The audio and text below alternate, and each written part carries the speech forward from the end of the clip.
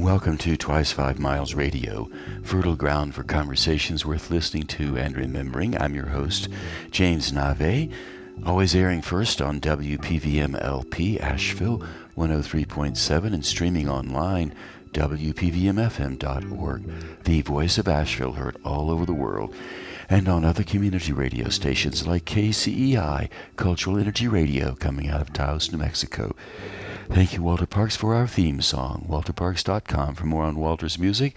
Thank you, Davine Dial, for managing WPVM-FM, and Robin Collier for managing KCEI, Cultural Energy Radio, out of Taos, New Mexico.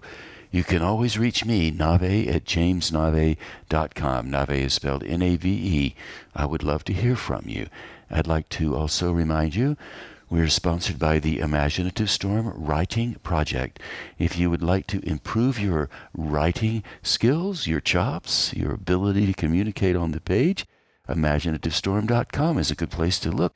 You'll find some good information there that might bump you along down that road of telling your story. A couple of weeks ago, I aired a show solo, and I'm going to do that again today. I have a number of people lined up for broadcasting in the upcoming weeks. Today, though, I would like to focus on a build from the previous show I did a couple of weeks ago. The previous show was all about how poetry influenced me. Today, I want to explore how storytelling has influenced me and attempt to pair the two together, poetry and storytelling.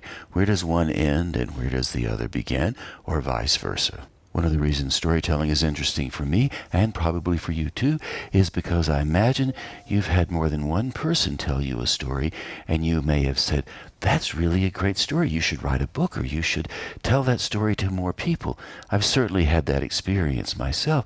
So I'm beginning to think, how do you go about doing that? What's involved in telling your story? I have a friend named Gareth Higgins, and he has an organization called The Porch. And the organization is devoted to transformational storytelling. And Gareth encourages people to tell their better story. I've always liked that idea of telling the better story. Of course, what does it mean to tell your better story? You might be wondering, well, what is a better story? With that in mind, I'd like to explore some of the experiences I've had with storytelling and what it means to me to tell a better story, which might be a different meaning for me than for you. So let's go into that and see where it takes us. One of the things I love about these kind of explorations, they remind me that we are always going into the unknown. Even though we like to control the next thing that will happen, it's really very much out of our control.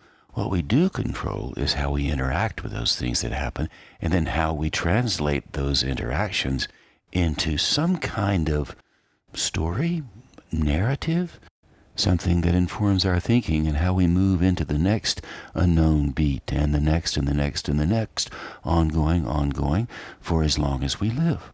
And then with all of that experience, how do we tell it to other people we encounter, we see along the way, how we communicate our experiences so that the folks around us, the people we're close to, or the people that we encounter as strangers, might get something out of it, some piece of information that will inform the way they approach the unknown next beats that always exist in their lives. That's one thing we all have in common. We all have the unknown future in common. We don't know what's going to happen next, and none of us can actually control it. We can influence it. We can maybe hope for a better outcome if we build up to it with the stories we're telling.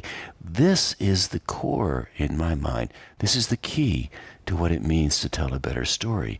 Not so much I'm going to tell you a better story, but I'm going to have the optimistic view that I will live into what's going to happen to me in ways that better the world around me, that make me feel better, that have a positive outcome. And when that happens, I can then in turn tell a story that will sound like it has something valuable, something important, something positive for somebody else to use. And the reason it sounds that way is because it exactly is that way. Sometimes people will say it sounds like it, subtext being, well, I don't really believe you, but you kind of sound like you mean it. What I mean here is it sounds like it because it's exactly what you want to say. And the reason you are able to say exactly what you want to say is because you've lived into it. You've thought about it. You have become aware that you, like all the rest of us, have a sovereign right to tell stories.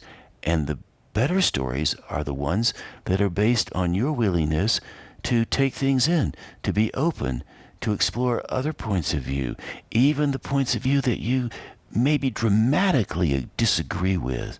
You can, for a moment, disengage from your own place and consider that other position as if it belonged to you. You might discover that you will never want to take that position as a position that you hold dear in your value set, but you can explore it. And maybe in that exploration, create a bit of empathy for the people who hold an opinion that is very, very different than yours. Hold a story that you wouldn't want to tell, but you can still be open to it.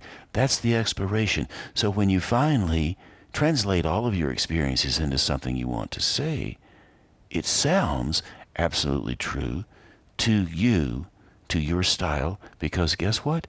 It is the truth for you in that moment.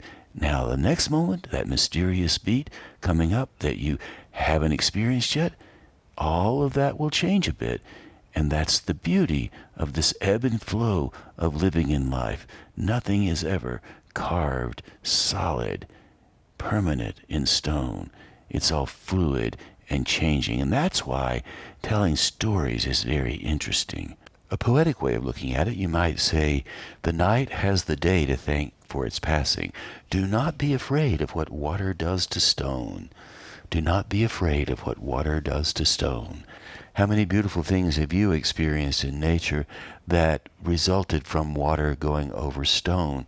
The streams that you've walked by, the canyons you've looked down, or the way water falls on leaves when the seasons start to change. Robert Frost describes it really well in his poem Once by the Pacific.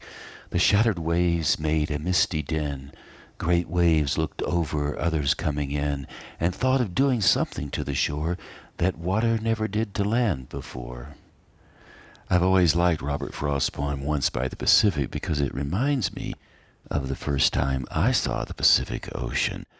I'd hitchhiked across the country with a friend of mine, John Wyatt. We were both in our 20s. It was 1970, early 20s actually. I think 1970 I was 20 years old. And I wanted the adventure. I wanted to go somewhere.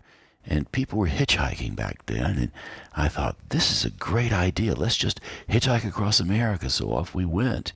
And when we arrived at the Pacific, I had this sense of the ocean framed around my experiences in the Carolina region, North Carolina, South Carolina, Myrtle Beach, mostly Myrtle Beach. I'd been to Myrtle Beach many times as a boy. We stayed in a campground north of Myrtle Beach with my father and mother and my two brothers and sister, Sam, David, and Nancy. And I thought the Pacific coastline north of San Francisco would be like the Carolina coastline, very flat, lots of marshland, birds flying around, and very warm. So when we arrived at the ocean after having many rides across the country, we were with a fellow, I think his name was Kim. He was driving a Jeep, and he was a happy-go-lucky guy who was going all the way to Seattle to see his girlfriend. And I remember his big passion was flipping logs.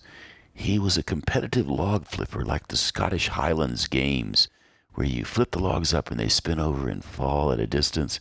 So he wanted to get to the ocean, get to the beach, and find a log and flip it.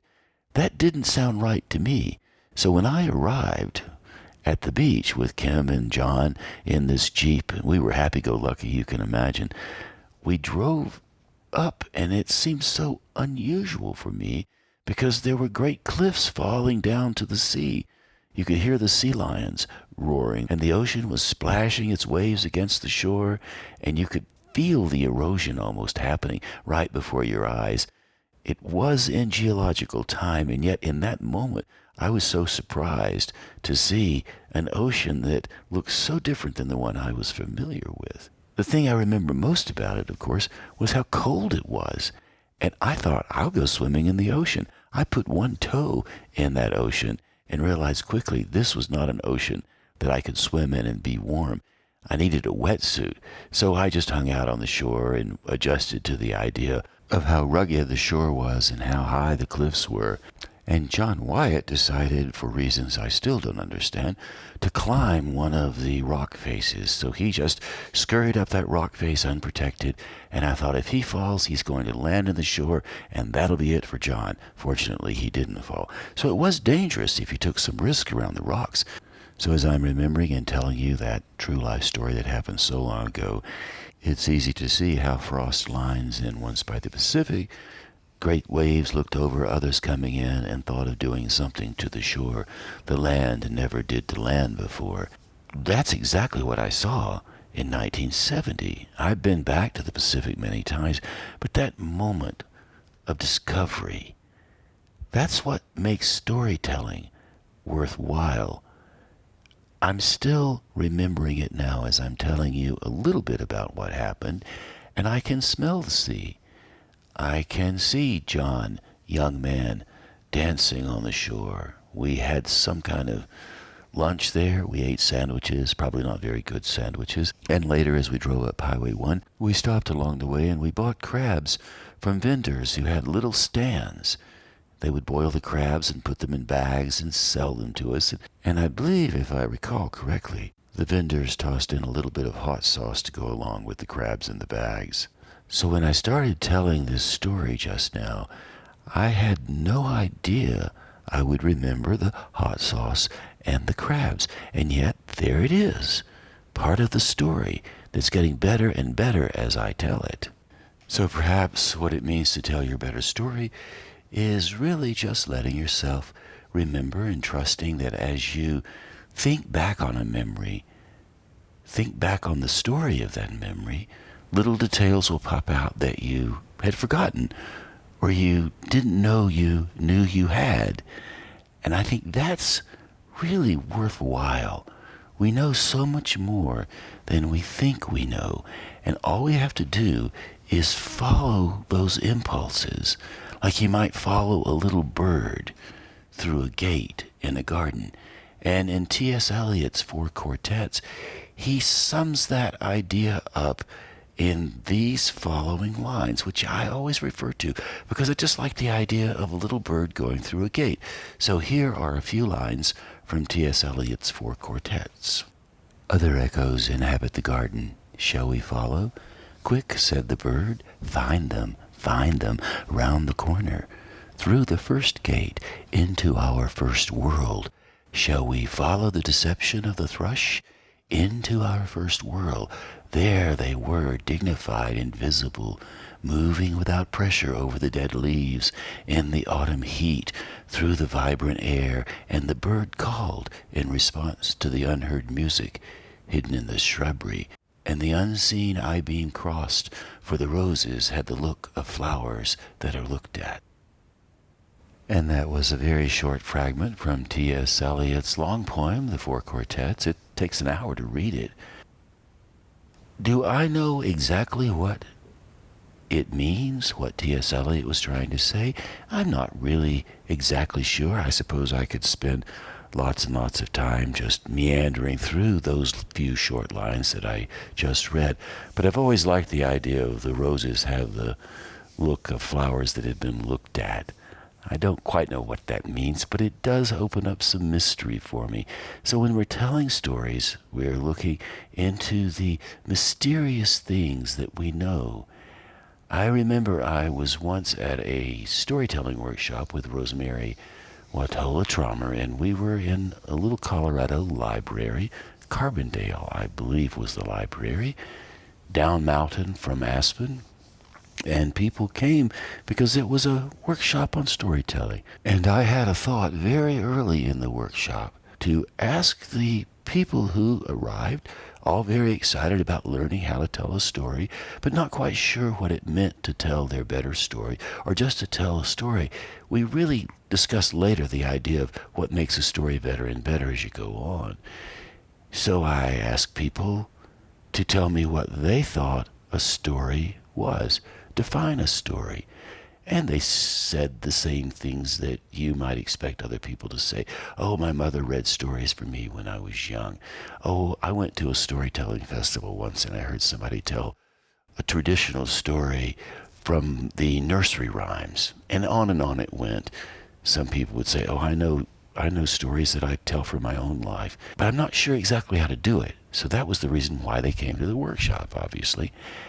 And so I thought for a moment, and then I said, let's all tell a story. We can all do that right now. That made them a little nervous. Oh, they felt on the spot. I have to tell a story. And I said, so I want you to take a minute, and I'd like for you to think about what happened to you from the time you woke up this morning until the time you arrived here at the library for the workshop. All of you got up. We were in the same morning. You came locally from wherever you're living. You all came to the library. You've probably all been to this area many times before. So it was no mystery how you're going to get from bed, dressed, teeth brushed, breakfast eaten, drive in the car, or walk, or ride your bicycle to the library. And when I proposed that, people really relaxed. They thought, wow, this was easier than I thought. So I went around the room and asked everybody to take 3 or 4 minutes to tell the story. We had maybe 12 people in the room, and we were working in an all-day workshop, so we had enough time to do this. And people would start out the same way. I woke up at 5 a.m. I was a little nervous the night before because I didn't know exactly what I was going to do. So I woke up at 5, all ready to go. Another person said I overslept. And then another person said, well, I overslept, brushed my teeth, had a quick breakfast, stopped and bought a coffee, and then decided to go look at the stream on the way down. The next person talked about stopping somewhere along the way and thinking about another country they had traveled in.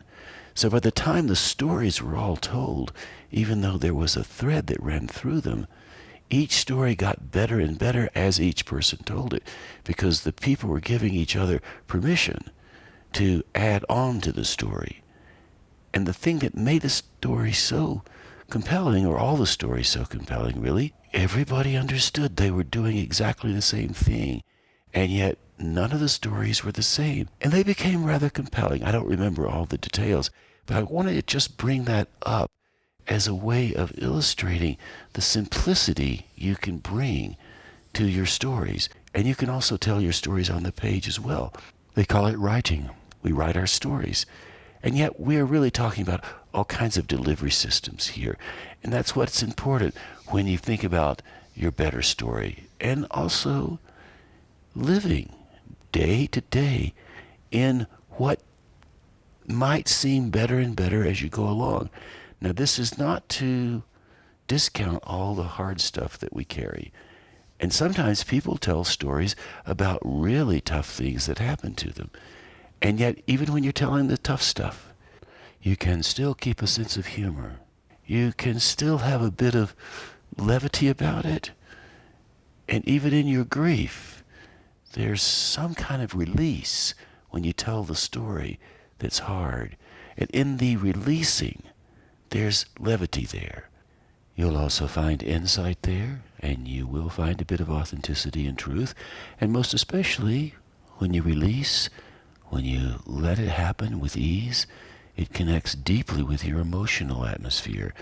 And allowing all of those elements to happen as you tell your story or as you write your story just makes it more compelling, gives it more energy, more power in terms of how people are drawn to it, more magnetism, and it becomes better and better as you practice it. So part of telling the better story, allowing the story to become better, would be fair to say, part of it, maybe a large part, is tied to practice. Consistency, just showing up and doing it over and over and over until things fall into place. The effort really lies in you being willing to sit down and practice. And as you practice, things fall into place fairly easy. So showing up, doing it over and over, something happens, and in that happening, the story becomes better. your insight becomes deeper. And as your story deepens, it gets better. Most people will tell me they'd like to write a story about their lives or tell a story about their lives. If you've ever been to a Moth Story Slam, you know that folks get on the stage, they tell a true story based on a theme of loss, a theme of travel, a theme of heartbreak, whatever the theme is.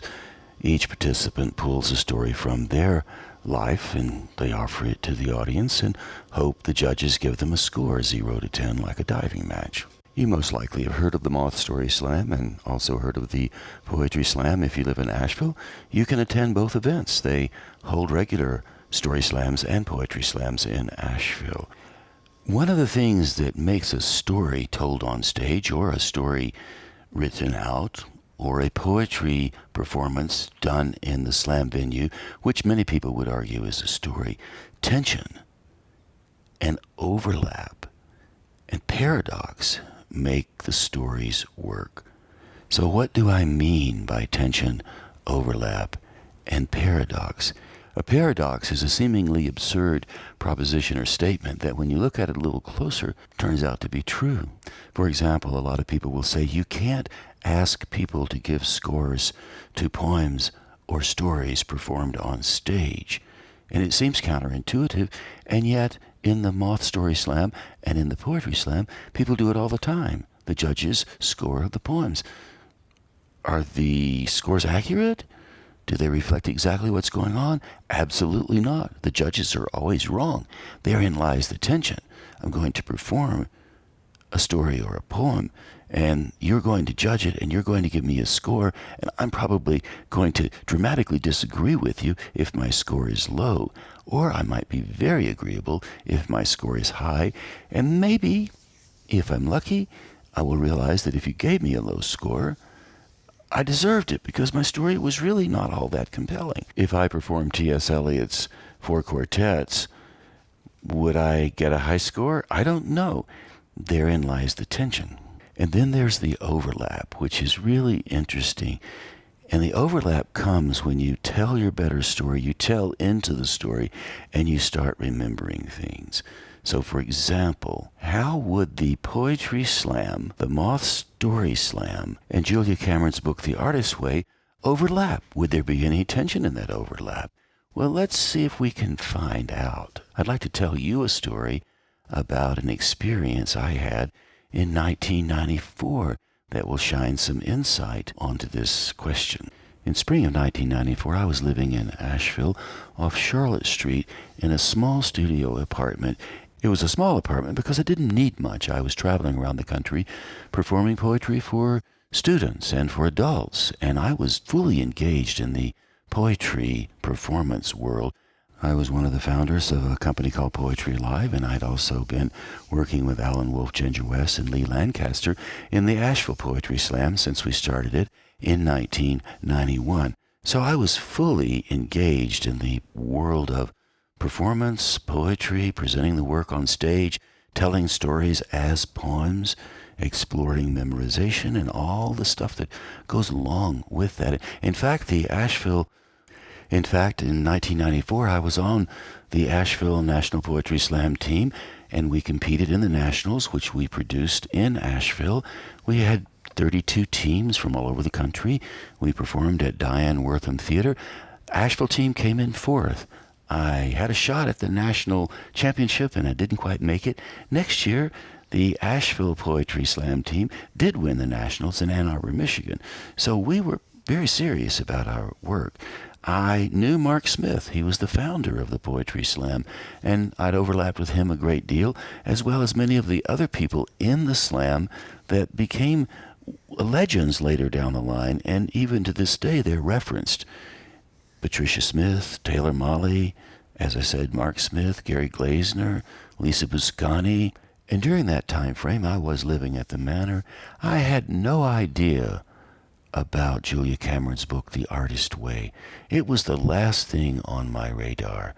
I was perfectly happy, unblocked, doing exactly what I wanted to do, free, really, to be able to go out on the American highway and explore. And I was also traveling internationally as well.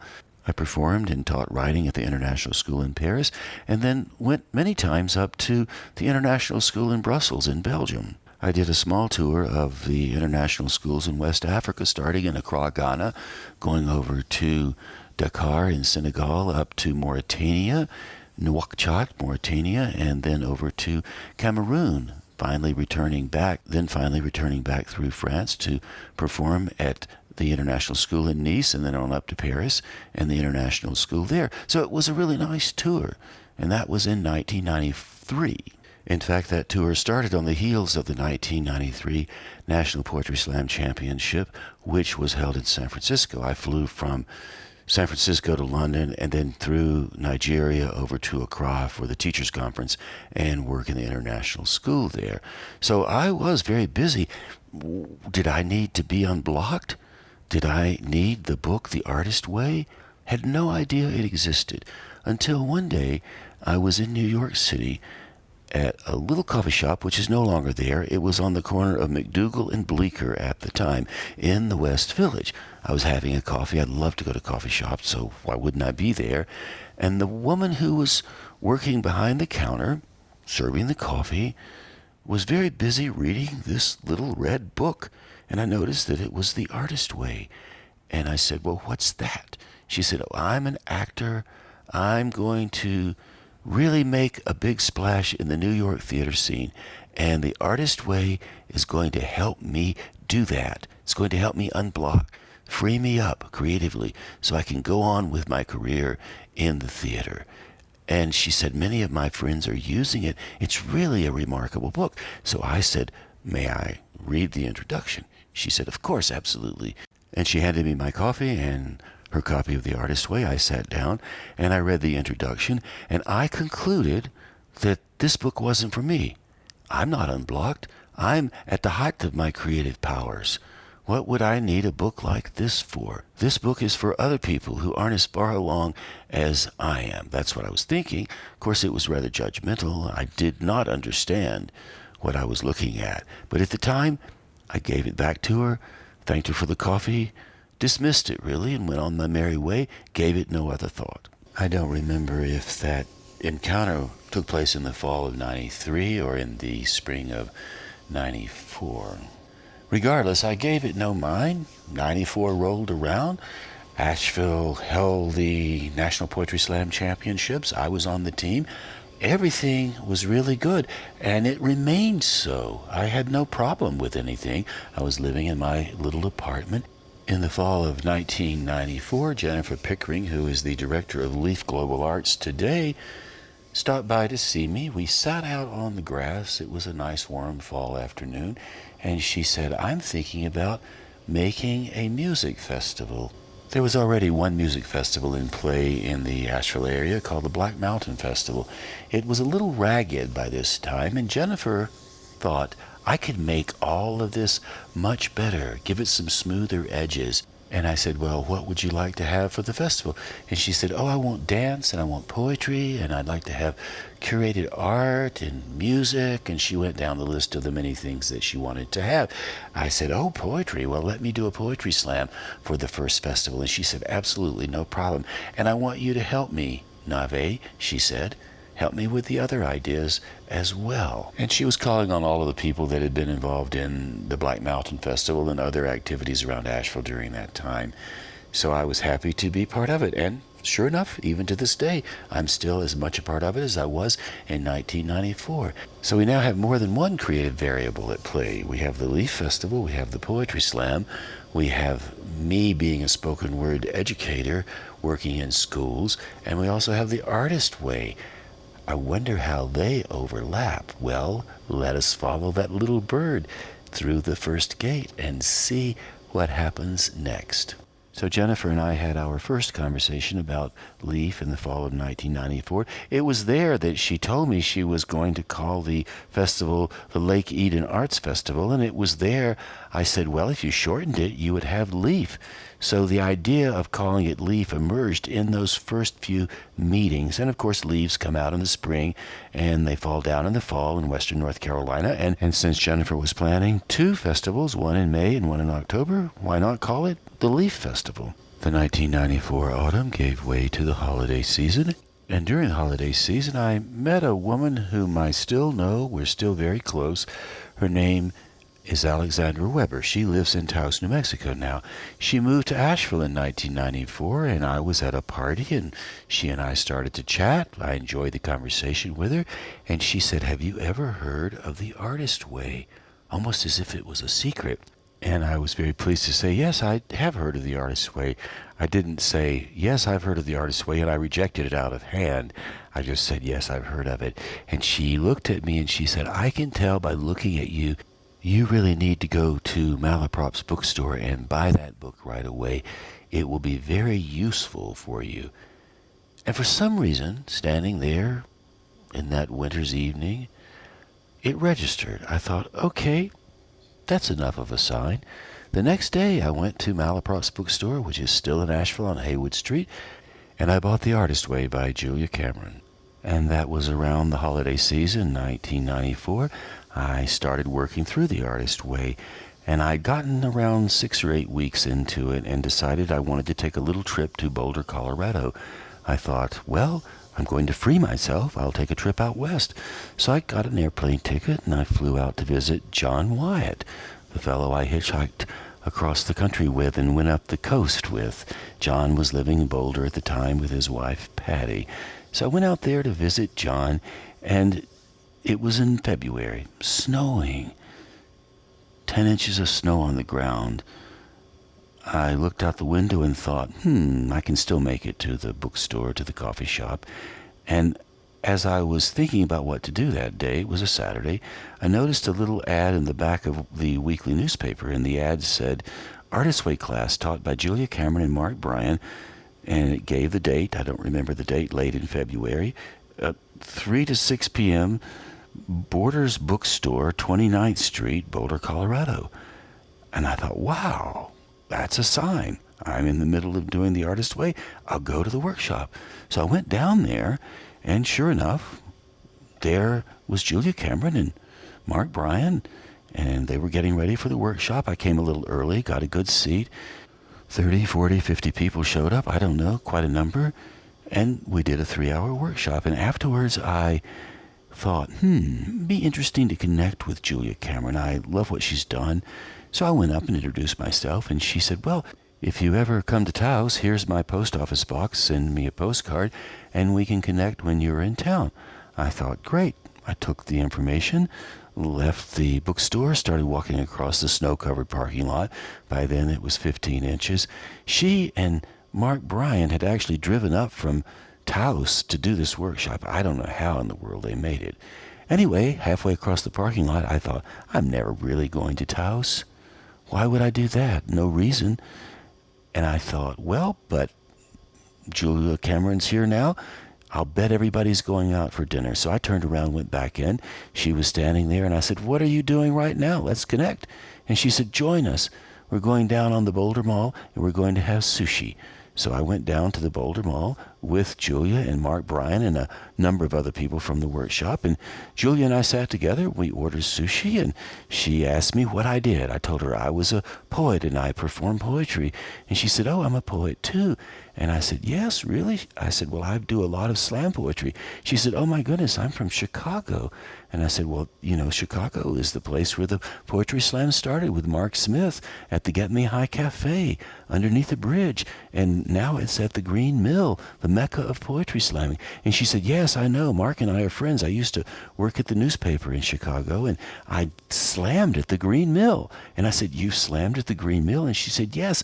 And she said, "I lost to a woman who was vulgar on the microphone." I don't know what that meant, but she said it with a little gleam in her eye.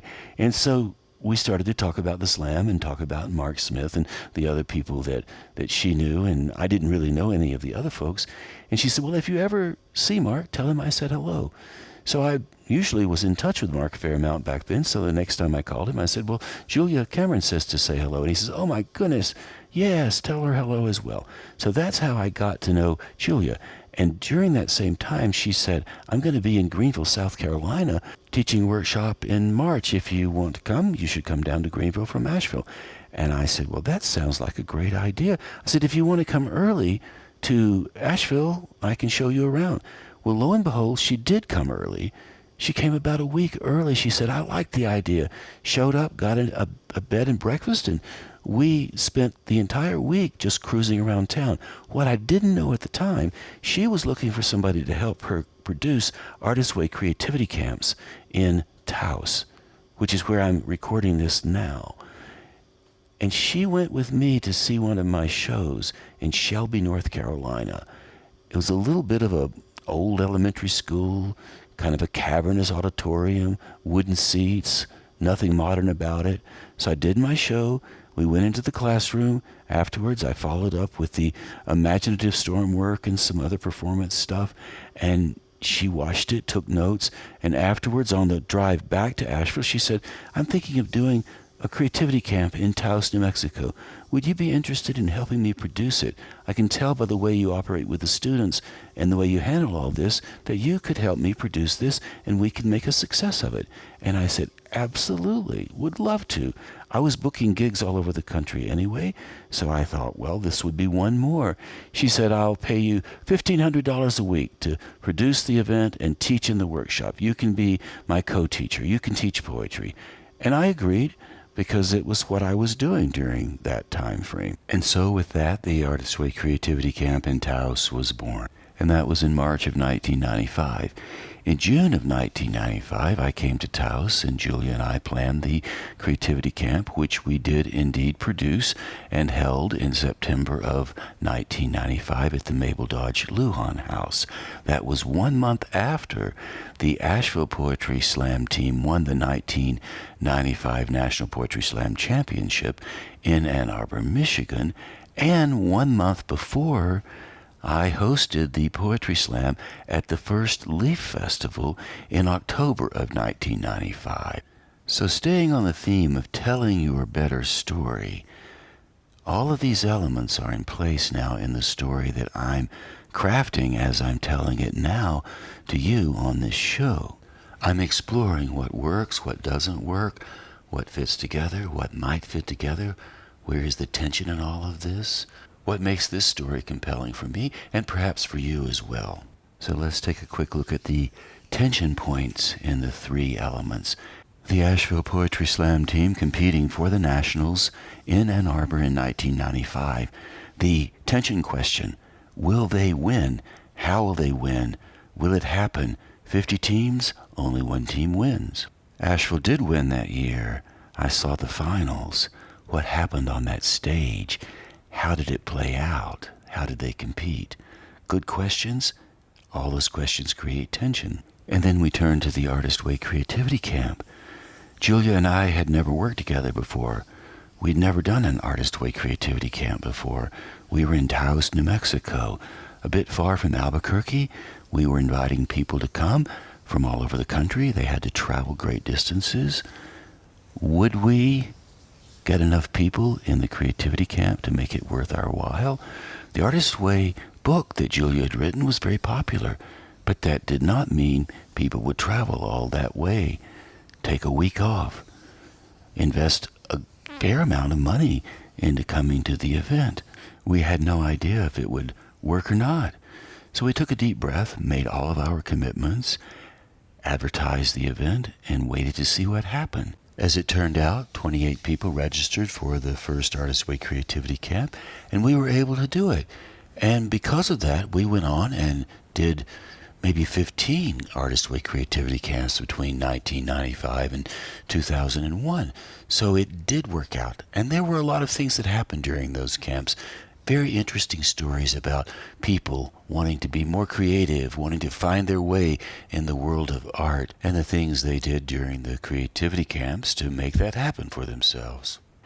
And my job during the creativity camp was to organize and run the event. Julia's job was to teach the Artist Way and give people a deeper understanding of the work that she was doing. And the other role I had for the Artist Way Creativity Camps, I would teach the poetry section, help people understand better how to imagine into their own poetic sensibilities, I drew on the Poetry Slam. I mentioned Mark Smith and how Julia was connected to Mark Smith. And I also said to the folks in the first Artist Way Creativity Camp that I was headed to Asheville after the camp finished in September, and I was going to host a Leaf Poetry Slam in the first Leaf Festival that we were producing. So I was able to tie Mark Smith, Julia Cameron, and the people in the Creativity Camp into the upcoming Poetry Slam and the upcoming Leaf Festival. So the Artist Way Creativity Camp worked out for us, and we had a great time. And after the camp was over, I stayed a few days more to let things settle down around the creativity camp and review it with Julia. And then I hopped in my car, drove over the mountain down to Tucumcari and on east through Amarillo, Oklahoma City, Little Rock, Arkansas, Memphis, Tennessee, Nashville, Tennessee, on through Knoxville, down through the Smoky Mountains to Asheville, where Jennifer Pickering was producing the first Leaf Festival, and I was hosting the first Leaf Poetry Slam. The tension for the Leaf Festival, of course, as you might imagine, big commitment. We rent a space, Camp Rockmont. We host the festival there. We hope lots and lots of people come. Lots and lots? What does that mean? At least 4,000. That was the hope. Can that happen? What do you have to do to make something like that unfold? How do you play that out? Well, short story, it happened. People came. They were very excited about the idea of the Leaf Festival. Live life like a festival. That was the underlying idea for the Leaf Festival. And what better way to live life like a festival than come to a festival, celebration, festivity, and the Poetry Slam, which I held at Gray Eagle Lodge in front of a fireplace with a nice fire in it. I really was thinking I'll do one Poetry Slam and that'll be that. No more Poetry Slams at the Leaf Festival. A one-off thing. I thought it would be fun. I invited the Asheville Poetry Slam team, the champions, to feature and to compete in the first Leaf Poetry Slam. So I had really great poets. We were in a nice environment, probably had an audience of 75 or 100 who showed up, sat around the fire. It was a bit like a salon, and we hosted the first slam. I wish I could tell you who won the first slam. I think it might have been Danny Solis, who was on the Asheville Poetry Slam team. And the prize for the winner was $250, which is about $500 in today's terms. The Leaf Festival was a big success. People came, people loved it. They wanted to know about the next one, and the next, and the next. 2 years later, I was hosting the Leaf Poetry Slam at Eden Hall on the bigger stage with a larger room for 400 people with a bigger prize. And I've been doing that at Eden Hall ever since. It turned out to be one of the anchor shows for the Leaf Festival, and still to this day is one of the anchor shows at the Leaf Festival. And the generations have passed. I think we're now into the third generation of poets. So when we were doing it, we were young, and now the people who started it have grown older, as I am, and we have still made room for the younger people to come up. So that's the whole point of the Leaf Global Arts Project, to allow room for art to grow. So coming back to the idea of discovering the better story, and then once you discover it, you develop it, and then you tell it. And you can tell it by speaking from the stage like a storyteller would speak to an audience. You can tell it by writing it down. You can tell it by doing what I'm doing now, creating a radio show, a podcast, exploring as I go along all of the elements of what makes a story, and what I can put in and take out. I don't have enough time to tell a full story here. My goal right now is just to explore with you some of the elements you need to look at in order to tell a better story. Find the tension, find the variables, find the questions that you maybe haven't thought of yet. So to bring it all forward to today, I still teach Artist Way creativity workshops every now and then, and I've used the Artist Way work in some of the other work that I do.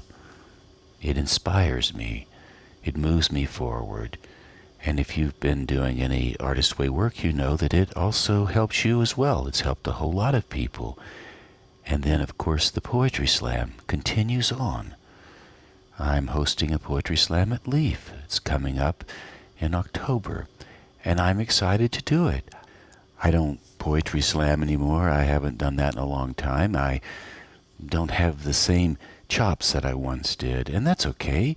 My story's changed. It's a better story. And then, of course, Leaf Global Arts has grown into a really big organization. So you have all of these threads running through. Now, I haven't talked to Mark Smith in quite a while. Maybe I should give Mark a call and check in with him. And I actually saw Julia last Christmas, and I haven't connected with her lately, so maybe it's time to do that again.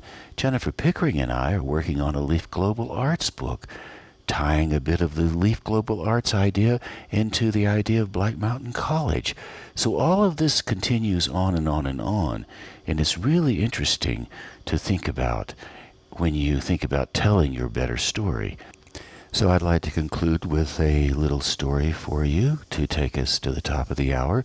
I just mentioned that I don't Poetry Slam anymore, and I never was a very good poetry slammer. Actually, I more inclined to tell poems rather than to slam them with the higher energy, but that didn't really matter in those early days. So the first time I attempted to tell a story or tell a poem or perform a poem in a poetry slam took place at the Green Door on Carolina Lane. It's no longer there. It's just a storage area on Carolina Lane in downtown Asheville, but at the time, it was the venue where we held the Asheville Poetry Slam. And this was in the early 90s, probably somewhere in 1992. I wanted to be a poetry slammer, but I didn't have any poems, and I didn't quite know how to do it. So I asked a friend of mine who was there for the slam, Ray McNeese, how do I do it? He said, just write something from your experience, he said. And I was like, okay, I'll do that. So I sat down and tried to write something, and it didn't work out very well. So I was wondering, well, what will I do? How will I do it? So the night of the Poetry Slam, and this, in fact, I think was the first one we had done. This was the very beginning of the Asheville Poetry Slam scene. And I walked in, and I had some stuff scribbled on a piece of paper, and I didn't have much confidence in it, and it probably wasn't really that good. So I put my name in the hat anyway. I thought, well, I'll work on something. And I figured since I'd been performing for so long, traveling around all over the country, I was very comfortable on stage. And I was comfortable with a bit of improvisational work as well. So I thought, well, I can just get up there and improv a poem. So I did that. I got up on the stage, and I waited till I was there for the impulse, the inspiration, the muse to hit me. And I reached up and grabbed the air and said, have you ever split the air in two? Like this. And I illustrated it with my fingers, and I held the air with in between my thumb and my index finger and walked all the way across the stage. And I said, you got to the end. And then you come back like this. So I drew the split in the air, and then I said, I walk back, and then have you ever walked back over and rolled the air back like this? Step through to the other side like I'm doing now. Look out and take a breath and turn around, zip the air back up and walk through it again to the other side, which I did. And when I got through to the other side, I took a bow, and everybody clapped, and I got a pretty good score. And afterwards I thought, well, that was fairly simple. Now, what I didn't really understand was how much it takes to generate pieces of writing that are worthy for performance. And what I mean by what it takes a lot of showing up. It takes a lot of thought. It takes a lot of what I've been doing for the last almost hour now, exploring all the nuances of how you want to tell something and what it sounds like. Now, one of the things I did learn, and I'll close with this, I have learned over the years to forgive myself, to allow my mistakes to happen. I get upset when I make mistakes, especially when I make big mistakes, like the mistake I made this morning on an interview for this very show. I did one of the best interviews I've ever done, and I always record them on Zoom. And today I did this interview, and it was fantastic. No mistakes. One of the best ones I've ever done. And when I finished, I clicked end, and I had not recorded it. I hadn't recorded the interview. So what's the better story there? The best interview you've ever done? You don't record it, and then you come up with nothing. Empty air, empty space, like the air I split into in the Poetry Slam. You got to learn to forgive yourself, and you've got to learn to know that the mistakes are going to happen when you're telling your better story, just like the mistake I made right now. And I have a bit of an emotional tone because I was thinking I'll come back to this show that I was recording before I interviewed my friend. And I got onto the show, this recording I'm doing right now, and I couldn't think of a thing to do. I felt empty. I felt diminished, even a bit punitive, because I'd made a big mistake. I'll have to go back and do it all over again. Is there tension in that? Yes. I was recording someone who works with Leaf Global Arts. It was fantastic. All about culture keepers. And I didn't get the recording.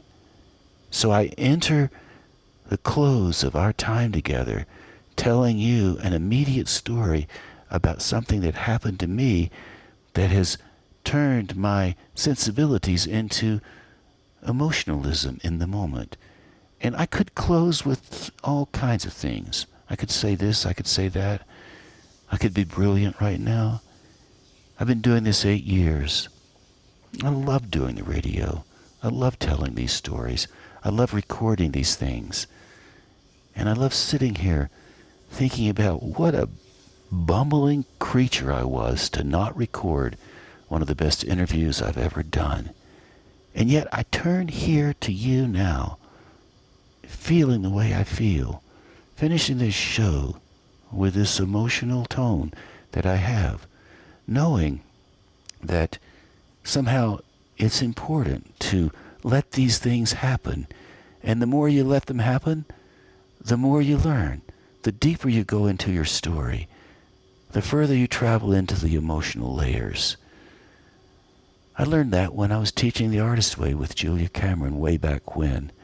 Certainly learned that with the Poetry Slam, although I never did get to the place where I could connect dramatically and emotionally on stage and get those great tens. I've learned it with Leaf Global Arts, working with Jennifer Pickering. Gareth Higgins taught me that, working with him and being part of his porch community. The Order of the Rocking Chair, he calls it. You sit on the chair and you rock and you tell a story. And you hope for something to come out. And you hope for connection. And I hope for that as well on all the shows I do. And I'm just taking this opportunity now to just speak as I speak with very little thought about what comes next. Except for this. On that note, I have arrived at the come next point. And the come next point is the close of the show. So wherever you are in the world, whatever you're doing, I'm glad you're listening right now, because this is all we have, the right now moment. And so I'm grateful for that. And I'm grateful for you tuning in to, hey, the name of the show, Twice 5 Miles Radio, fertile ground for conversations worth listening to and remembering. And I am your host, James Nave, telling you the truth in the moment. And I'd like to thank Walter Parks for our theme song, walterparks.com. Walter always tries to tell the truth when he sings a song. So if you'd like to hear Walter's songs, walterparks.com. Davine Dial works very hard holding WPVM-FM together. It's on Wall Street, downtown Asheville. She knows a lot about radio, and that's why we can do this. Robin Collier, thank you as well, out there in Taos, New Mexico, which is where I am right now. So right here in Taos, New Mexico. Thank you, Robin Collier, for managing KCEI. I appreciate that as well. You can always reach me, Navé, at jamesnave.com. Navé is spelled N-A-V-E. And I'd like to remind you that we're sponsored by the Imaginative Storm Writing Prompt of the Week session. theimaginativestorm.com if you'd like to get in contact with more of your own writing. And the Writing Prompt of the Week session is something we do every Saturday. It's an open thing. You can come whenever you like. We write for 30 minutes, write for an hour actually, but we actually write for 10 minutes and we spend an hour on the time. And I'm a little confused, and I'm not going to worry about that right now. Time passes. Time flies. So once again, thanks ever so much for tuning in to Twice 5 Miles Radio, and I hope you can come back sometime soon. And until then, I'll catch you on that turnaround somewhere down the line.